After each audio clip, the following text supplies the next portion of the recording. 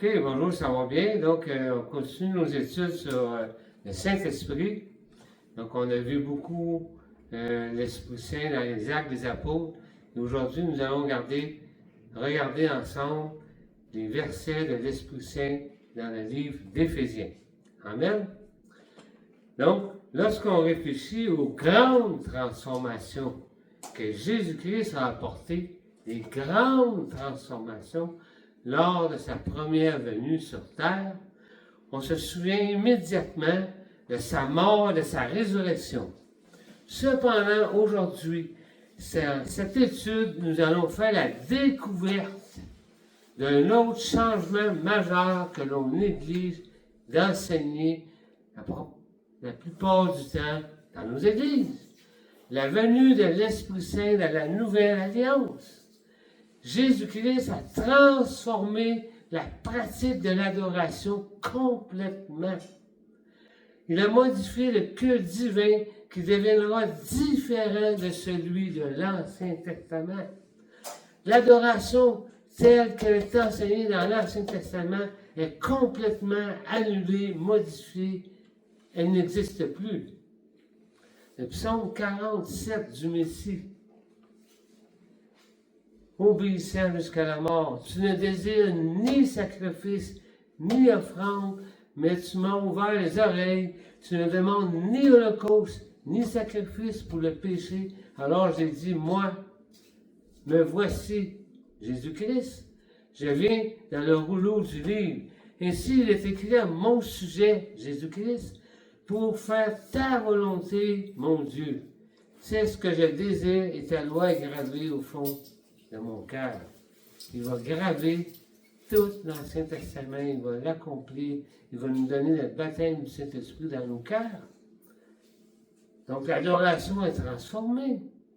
Être reconnu comme juste devant notre Père Céleste, cela nous garantira l'opportunité d'appliquer dans nos vies les enseignements de la parole de Dieu, l'amour, la paix, la joie, entre autres.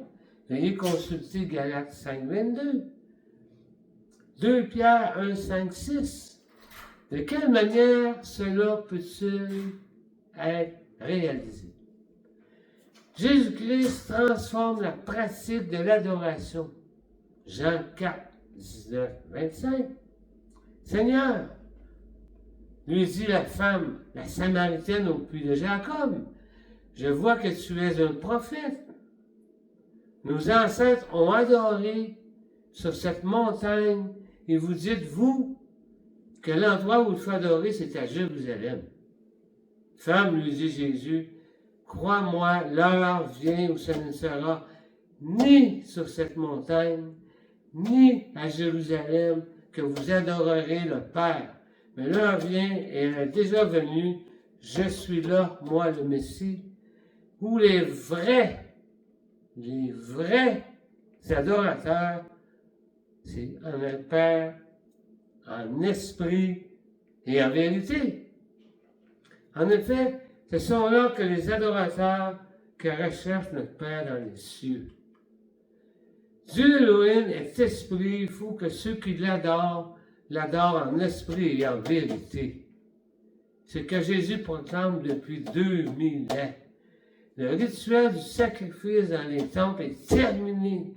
Le sacrifice au cours duquel les hommes et les femmes posaient leurs mains sur la tête d'un agneau sans tache, symbolisant la pureté de Jésus-Christ à la croix, était destiné à expier le péché afin qu'il soit couvert aux yeux de Dieu. Couvert aux yeux de Dieu. Toutes ces prescriptions et les fêtes juives n'existent plus. Jésus-Christ a dit tout est accompli. Dans les Actes des Apôtres, on ne donne aucune mesure sur la façon de faire un culte. On ne donne aucune mesure sur la façon de faire un culte. Aucune prescription. Adorer Dieu en esprit et en vérité, c'est la seule chose qui nous est demandée. Parce que nous sommes baptisés du Saint-Esprit. Nous avons une connexion directe avec notre Père dans les cieux par l'expiation de la croix et l'Esprit éternel déversé dans nos vies. Il est désormais possible de se réunir en ecclésia, en église, en koinonia, en communion fraternelle, chaque jour, sans avoir besoin d'un homme médiateur, d'un sacrificateur, d'un curé, d'un pasteur ou des docteurs de la loi. La liste est longue, là. Parce que tous individus, toi qui es évangélique, peuvent être baptisés par l'Esprit Saint et adorés et être enseignés par l'Esprit Saint en lisant la Bible. Si tu n'es pas un évangélique, tu peux le devenir aujourd'hui. La présence des pasteurs évangéliques et d'anciens sont essentiels afin de fournir des éclaircissements lorsque certaines interprétations de parties de la Bible ne correspondent pas aux auteurs de la Bible.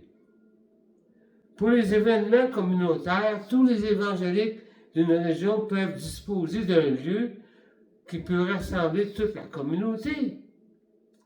Ou on peut bâtir une salle capable d'accueillir tous les évangéliques selon la capitale, les métropoles, les villes, les villages, etc. À Montréal, il y a des églises de 2200 personnes, ainsi que dans la capitale de Québec. Dans le but de permettre à la diversité des dons de s'exprimer pour l'édification des évangéliques. Jésus assume la fonction de médiateur entre nous et le Père, ayant réalisé la rédemption de la nature humaine de nos vies pécheresses. Pour un individu de confession évangélique, il se manifeste comme rédempteur, conférant la vie éternelle par la puissance de sa résurrection. Jésus-Christ, par son sacrifice sur la croix, a permis le rachat de votre existence humaine marquée par le péché en suscitant le prix de sa vie. Jean 3,16. En effet, Dieu a tant aimé le monde qu'il a donné son Fils unique afin que quiconque croit en lui ne périsse point, mais qu'il ait la vie éternelle.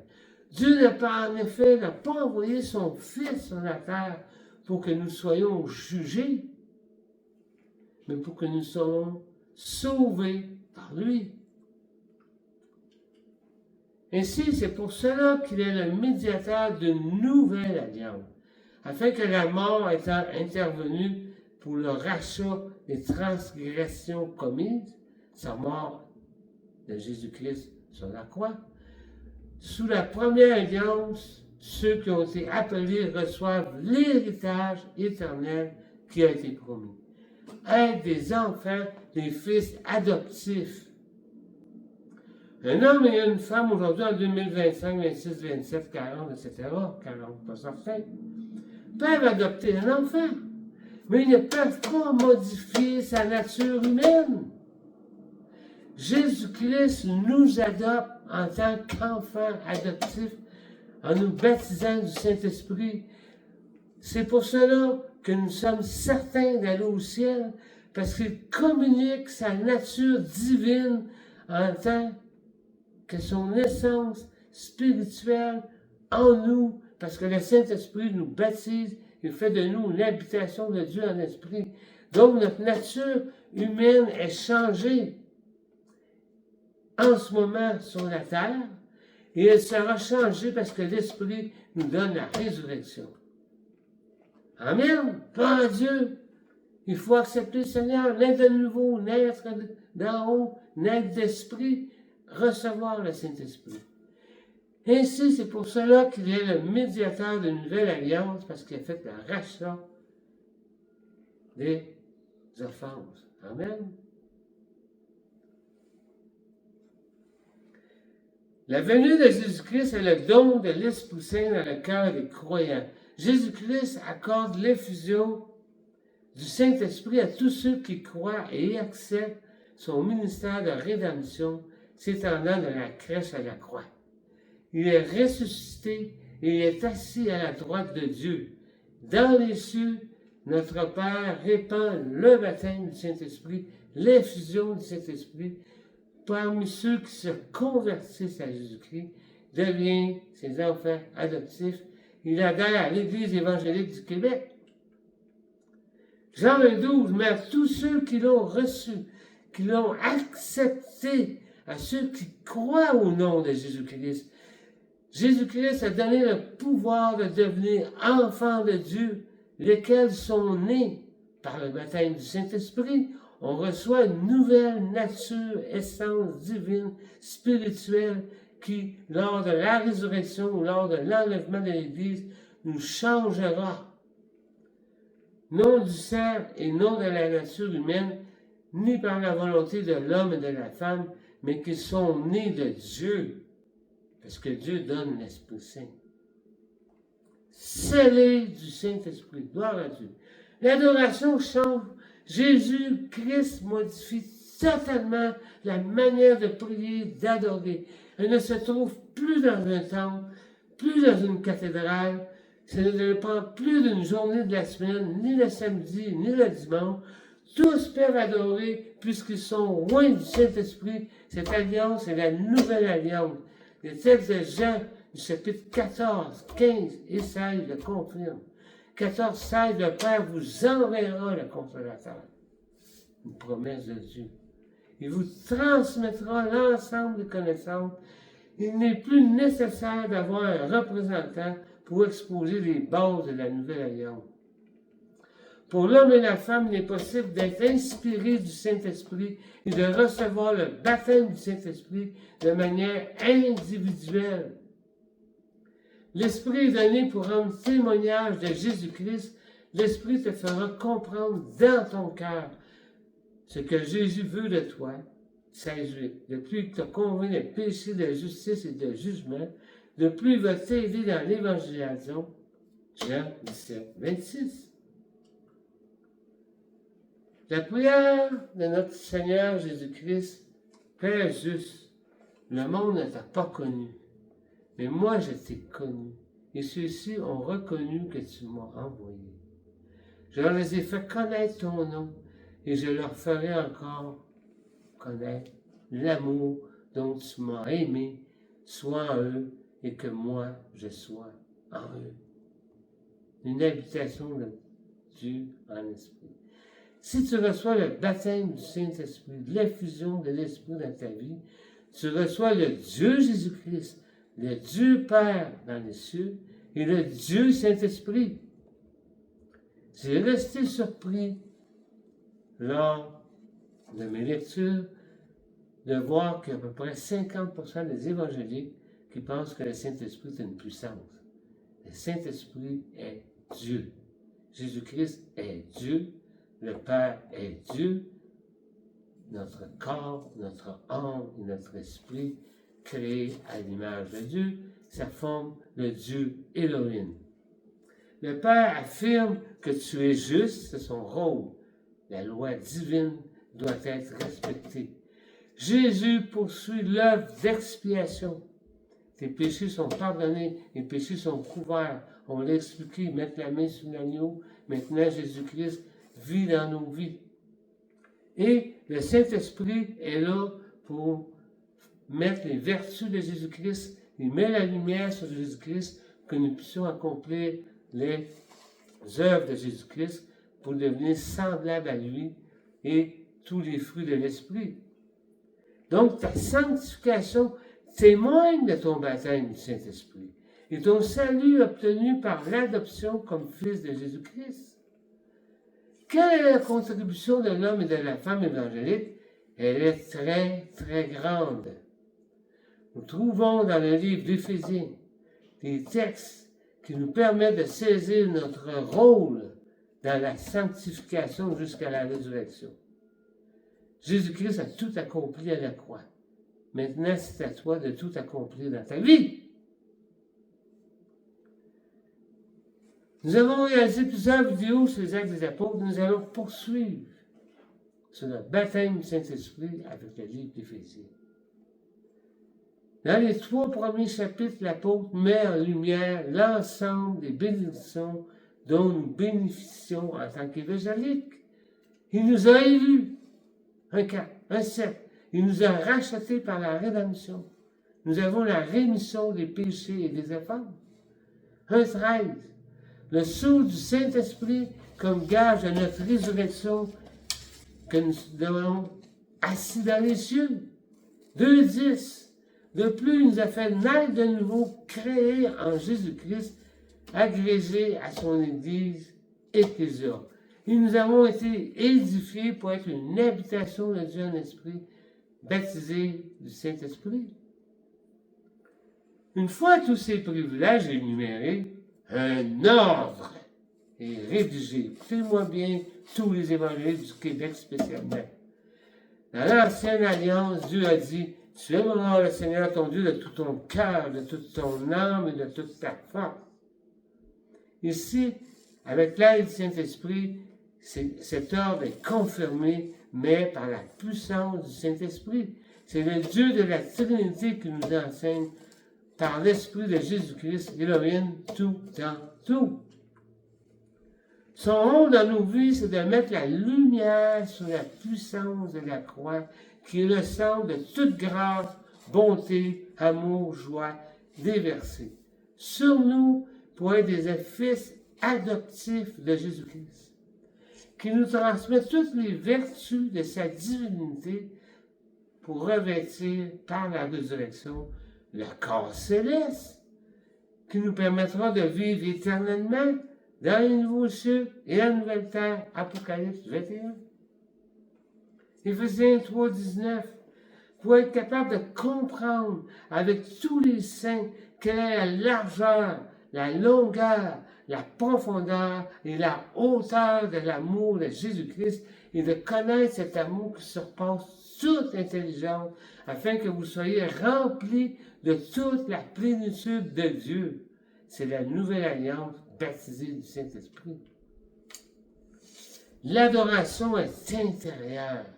L'évangélique a une grande responsabilité, c'est toi là. Si tu deviens évangélique, voici la responsabilité. Ta participation est au maximum. Rempli de toute la plénitude de Dieu, c'est un ordre ce matin. Si tu écoutes ça, c'est un ordre, tu dois être rempli du Saint-Esprit. Éphésiens 5:19. Soyez remplis du Saint-Esprit.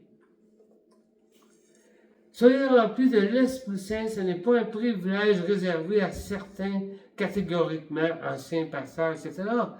Cependant, un devoir accompagne les dons de l'Esprit Saint dans notre corps pour la résurrection. À tous les évangéliques nés de nouveau d'en haut, lesquels sont nés, tels que l'exige l'obligation de sobriété et de maîtrise de soi, il t'est demandé aujourd'hui, soyez remplis du Saint-Esprit. C'est un ordre. Ceux du Québec représentent seulement 1% de la population qui sont évangéliques. Nous ne verrons pas toutes les variations en grec pour garder le texte 5, mais cela signifie « laissez-vous remplir par le Saint-Esprit ». C'est nous qui décidons. Dieu donne le don, vas-tu l'utiliser pour sa gloire? L'une des conditions pour se laisser remplir de l'Esprit Saint, qui est la part, notre participation comme évangélique, est de se laisser porter par les vertus de Jésus-Christ. Marcher dans ses vertus, quels que soient les événements. 2 Pierre 5, 7.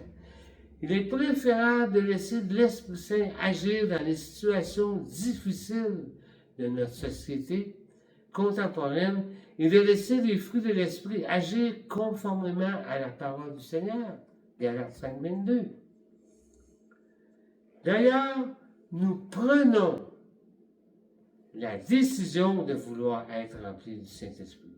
Le Saint-Esprit ne nous forcera pas. Nous sommes baptisés du Saint-Esprit, tout est accompli. Maintenant, c'est à notre tour d'agir.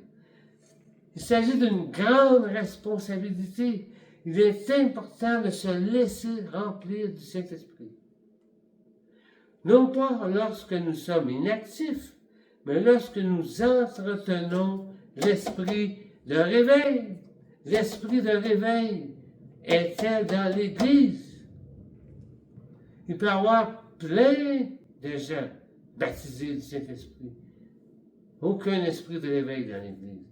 L'accomplissement de l'esprit est de faire Matthieu 28, 19.